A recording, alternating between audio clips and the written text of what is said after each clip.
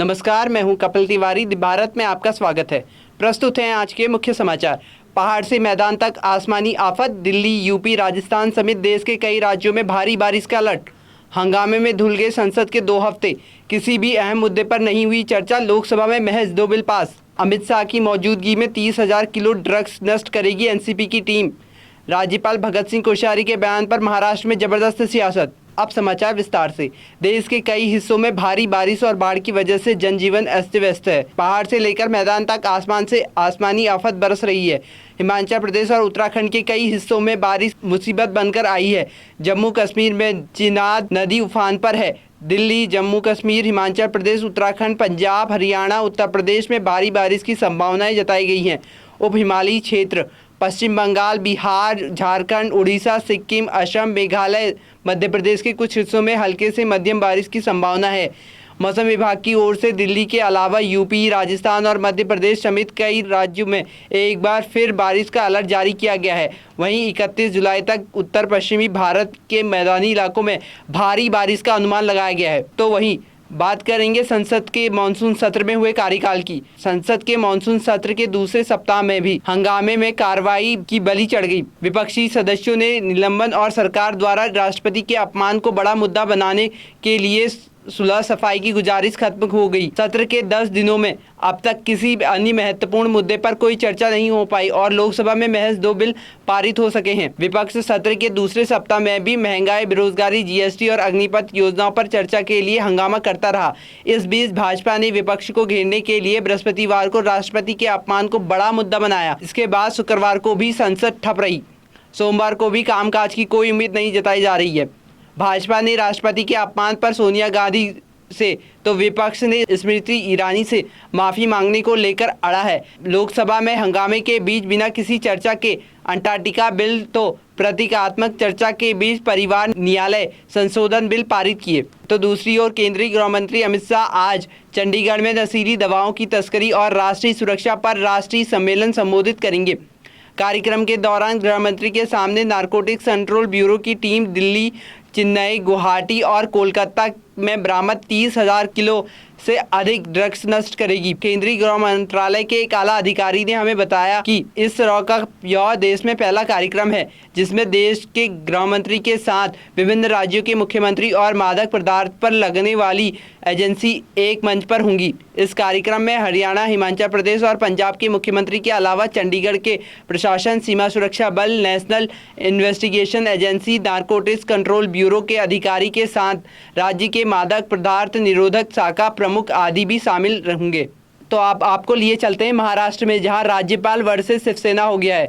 महाराष्ट्र के राज्यपाल भगत सिंह कोश्यारी के बयान से एक बार फिर महाराष्ट्र की सियासत गर्मा गई है। उनके बयान पर शिवसेना नेता और राज्यसभा सांसद संजय राउत ने भी प्रतिक्रिया देते हुए इसे मराठी इंसानों के साथ छत्रपति शिवाजी का अपमान बताया है।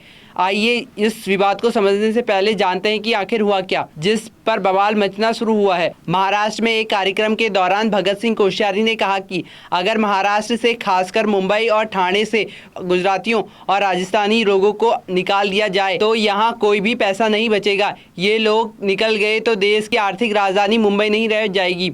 इस कार्यक्रम में भगत सिंह कोश्यारी के साथ सांसद नवनीत राणा भी मौजूद थी। इस बयान को लेकर संजय राउत ने एक वीडियो शेयर किया जिसमें महाराष्ट्र के राज्यपाल अपनी बात रख रहे थे।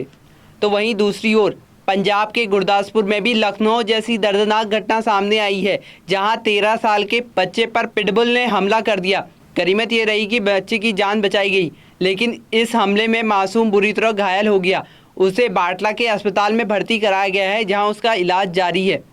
अब वक्त है एक छोटे से ब्रेक का। ITM हमारा, इसमें बहती ज्ञान की गंगा है, इसमें रहती प्रेम की यमुना है, सिद्धांतों का उच्च हिमालय है, भक्ति सिखाता एक तिरंगा है, गुरुकुल जैसा प्यारा ये ITM हमारा, सच्चे सपनों सा प्यारा ये ITM हमारा,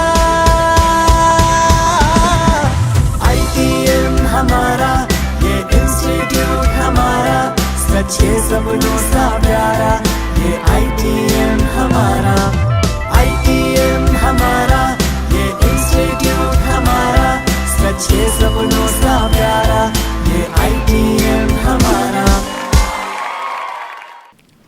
ब्रेक के बाद आप सभी का स्वागत है फिर से खबरों में।